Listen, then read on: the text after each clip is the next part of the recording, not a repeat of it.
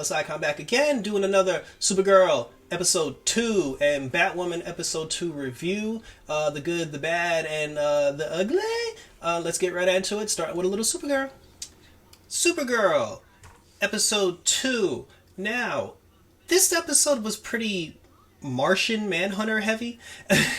And that's definitely not a bad thing because he does have an interesting story going on at the moment. You know, he's basically searching for his lost memories.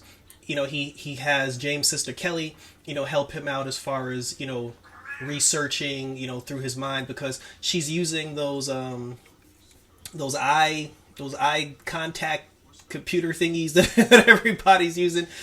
She's using that to, you know, get into his psyche, to scan his brain waves, and then she noticed that there were some broken patterns.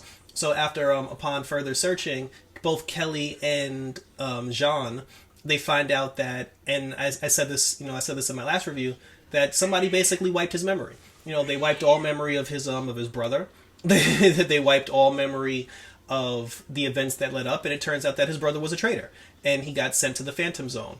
So the monitor, you know, ended up taking him out of the Phantom Zone and and basically put him on Earth so he can get revenge. You know, he can get revenge for for being. And it's weird because it's like you brought him out of the Phantom Zone to get revenge on your brother for putting him in the Phantom Zone, and he put you in the Phantom Zone because you betrayed all Martian kind. So it's like hypocrite much, but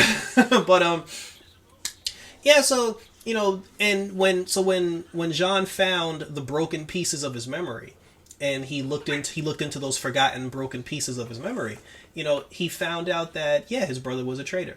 But the psychic link works both ways. So when Jonn was experiencing these feelings, the brother was Malika Ak, he was experiencing them as well. And, you know, he kind of went a little crazy. And he decided, you know, and he was working with a Dominator. I believe it was a Dominator. He was working with another alien that I believe was a Dominator.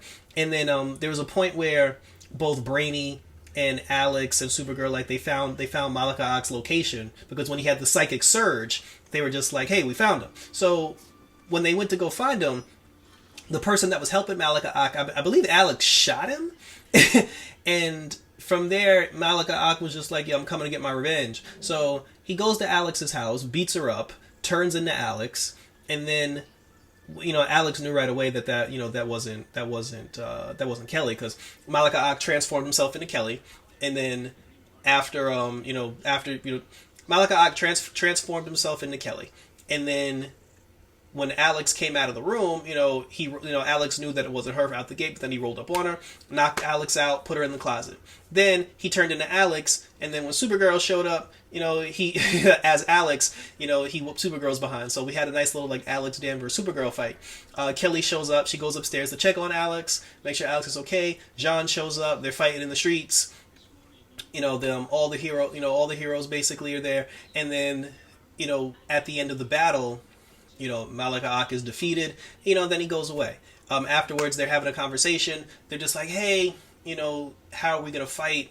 You know, like, you know, how am I going to put the pieces back together and try to find out? And then, you know, Jonn was just like, listen, you know, is there a way, Kelly, that we can go back in and we can try to, you know, do some more of that magic, do some more of that brain mumbo jumbo. And then she's like, nah, it's too dangerous, because she's like, it could overload your brain and it could, like, you know, blow up your brain. So, and Malika Ak was a fly on the wall. He heard that.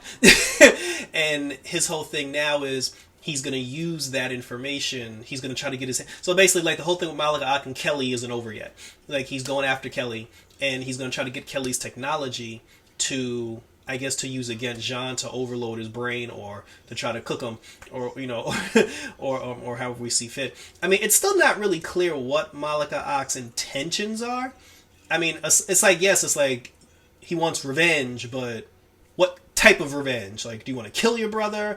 Do you want to make him suffer? Do you want to humiliate? Like, I don't understand. Like, or is he just trying to unlock his memories so he can join you in the fight? You know, I don't, like, his intentions are very unclear, but intentions nonetheless. You know, Kelly better watch her behind, because Malika Ak ain't done with her.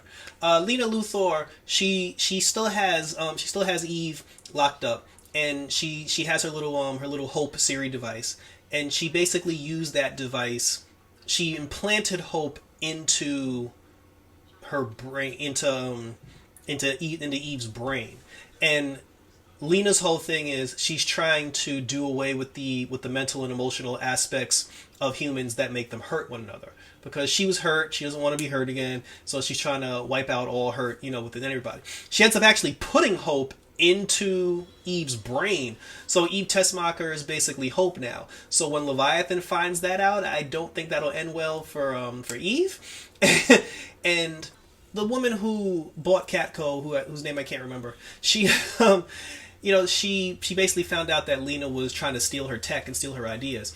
And, she cut her off and she was just like, listen, if you try to steal from me again, that's your ass. But Lena had already copied the blueprint of how the eye contact thingies work. So Lena's just going to build them herself. like classic Luthor style. And now that Hope is in... See, here's my thing. I'm going to get into a prediction. That whole Hope thing, I feel like there's going to be we're going into female Brainiac territory. Like, we're going into strong female Brainiac territory. I don't know if Hope is going to end up becoming, Brainiac or whatever, or Eve's going to die and then the Hope machine that Lena had is going to turn. Like, because the thing with Lena, she keeps talking to Hope, saying that humans can't be trusted and they hurt themselves and this, that, and the third. And, it's the classic like woman telling machine that humans can't be trusted and I'm going to save the human race. And then the machine ends up turning on its creator because they're just like, well, you're a part of the human race that can't be trusted. So logically speaking, in order to save everybody, you have to go as well. Hope will turn on Lena. Hope will try to take over all technology all over the planet. Hope will be the female Brainiac for this season. Calling that right now. James Olsen, he's going into politics. Nothing crazy there. He got an offer to run for Senate, and he also got offered to run a media outlet at a museum, I believe it was. So James has some decisions to make. He's probably going to take the Senate job since Mehcad Brooks is actually leaving the show. Brainy and Dreamer, the two of them, they're basically having there's nothing really happening with them outside of like just their relationship drama. Brainy basically like made her breakfast in bed. She thought it was the greatest thing of all time. So then Brainy just kept sending her food all the time, and then it got old real quick. So the two of them, like nothing's happening with them. It's just relationship struggles. Alex and Kelly are working on their relationship. This episode was about their relationship because Alex almost killed her because she didn't know she was allergic to blueberries, and she made her blueberry pancakes. Kara is having issues with work because not the boss, but one of her coworkers, the Spanish dude, I think his name is William, he stole a couple of stories from her, and then Kara had to run up on her. He easily was able to like ping her phone and find out where she was, and then when he discovered her location, he found Supergirl instead. He didn't find Kara Danvers, so he might find out Kara's identity if he keeps. Because the thing is, his whole way of getting stories is basically stealing from Kara. So he may find out her identity, he may not, but he might get pretty damn close, and then maybe somebody's gonna have to like mind wipe him, or maybe he will find out, and then he'll put those eye thingies on, they'll cook his brain, and then he'll forget, who knows. But they did show him at the end of the episode because Kara called him out for being a douchebag and a scammer and a jerk, and then you saw at the end of the episode he ended up going to a soup kitchen and was feeding homeless people. So there's something there too. And then like his wife keeps getting brought up, so unless he's married to the chick that owns Catco now, there may be a tie-in with the homeless shelter and his wife. Like his wife will play a part in something at some point. But that was pretty much it. Like, good solid episode. The character production is moving along. Storylines are moving forward. Kara still has pants, and so we'll see what episode 3 has to hold for Supergirl. So this week's episode of Batwoman was very straightforward. It starts off with Kane basically on the pursuit for trying to find her sister Beth because she realized in the last episode that Alice was Beth. She goes through the city. She's fighting crime. She's taking on the bad guys. Her dad actually, he tries to get her to, join the Crows. He's like, well, if you join the Crows, we could fight together. And she's like, the Crows aren't really my thing right now. While Kate's out there doing what she does, Luke Fox, he basically like this, he taps into the equipment. He looks at her on the grid to see like where she is. He's trying to give her a little bit of advice. When she comes back to the Wayne Tower cave, Luke is just like, hey, listen, I know like your whole thing is to find your sister, and you're using the Batman persona to find your sister and to scare the criminals, but people actually think that you're Batman. You know, like the public, you know, they think that you're Batman, and they're looking to you, you know, for hope. And Kate's not really thinking about that right now. Like, she's not thinking about inspiring the city. Like, she just wants to find her sister, and that's basically where her you know, like where all of her attention lies at the moment. So, you know, but eventually, you know, we'll get there. You know, there's like Alice, you know, she's still on the hunt, and towards the end of the episode, Alice kidnaps Kate's stepsister because she basically, she's jealous. Like, you know, she's jealous. You know, she grew up without her sister. She grew up without her father. Her mother's dead. And she sees that both of them have a brand new life, a brand new situation that doesn't exist, with her. So, you know, there's a moment where Kate basically tells one of Alice's goons, you know, she tells him, like, to go back and tell Beth or Kate, you know, tell Alice waffles, she'll knows what it means. And then Alice and Kate both meet on the waffle stand, where the two of them shared a lot of memories at, you know, both as siblings. And when they get to the waffle stand, you know, the two of them have a conversation. There's no fight, because the thing with Alice actually isn't mad at Kate. Like, Alice just wants Kate on her side. And, you know, Kate's whole thing is, like, she's just trying to bring Alice back into the light. But Kate's ex-girlfriend, she ends up, you know, spilling the beans on where Kate is. Because Kate earlier, she asked her for help, and then, you know, she was like, no, she's like, I'm not going to help you, because everybody thinks that Kate's ridiculous. They're just like, you know, the whole thing about Beth being alive is crazy, you know. So she doesn't help her, and then, but that's what's messed up. She doesn't help her, like, try to find out whether or not Alice is Beth, but then she spills the beans on her and brings, you know, the entire forces, you know, down to the park, to the waffle stand, and go blow everything up. So they capture Alice. You know, Kate ends up having to, you know, put on the suit, because after they capture Alice, you know, like, the bridge explodes, and then, you know, like, Alice goes into the water, you know, because they're trying to do a jailbreak. Kate goes into the water to save her sister, you know, and it was kind of poetic that she did that, because, you know, when you see the clips of them as children, it shows that, you know, Kate couldn't save her sister. She even says, you know, like, she says that she has guilt because, you know, she said she should have tried harder. You know, she should have went in there. She should have, she called herself a coward because she was just like, you know, she was telling her dad as a child, you know, she was like, when the car went over, she was like, I could have helped Beth. You know, Beth went to go check on Mom. I could have helped Beth, but instead I just ran out of the car. You know, and she always felt like she never gave enough, and she always felt like she let them down. So this is her moment to say, like, you know, a la BVS, like, Martha won't die tonight. You know, and she dives into the ocean. She rescues her sister. She pulls her out of the drink. You know, and then the two, you know, Alice gets away. You know, the cops roll up on Kate, but then she gets away. Now, towards the end of the episode, you know, where the thing with this episode was, they're not, like, Batwoman, they're not keeping anything secret. There's nothing private. There are no build-ups. You know, with most episodes, these certain reveals, they stretch out for maybe like 6 or 7 episodes. Maybe the mid-season finale, like, something gets revealed. They're not doing any reveals. Like, they're busting everything out, like, back to back. As soon as the episodes start, Kate tells her entire family, she's like, hey, by the way, Alice is Beth. You know, like, there's no, like, reveal. It's just like, you know, Alice is Beth, by the way.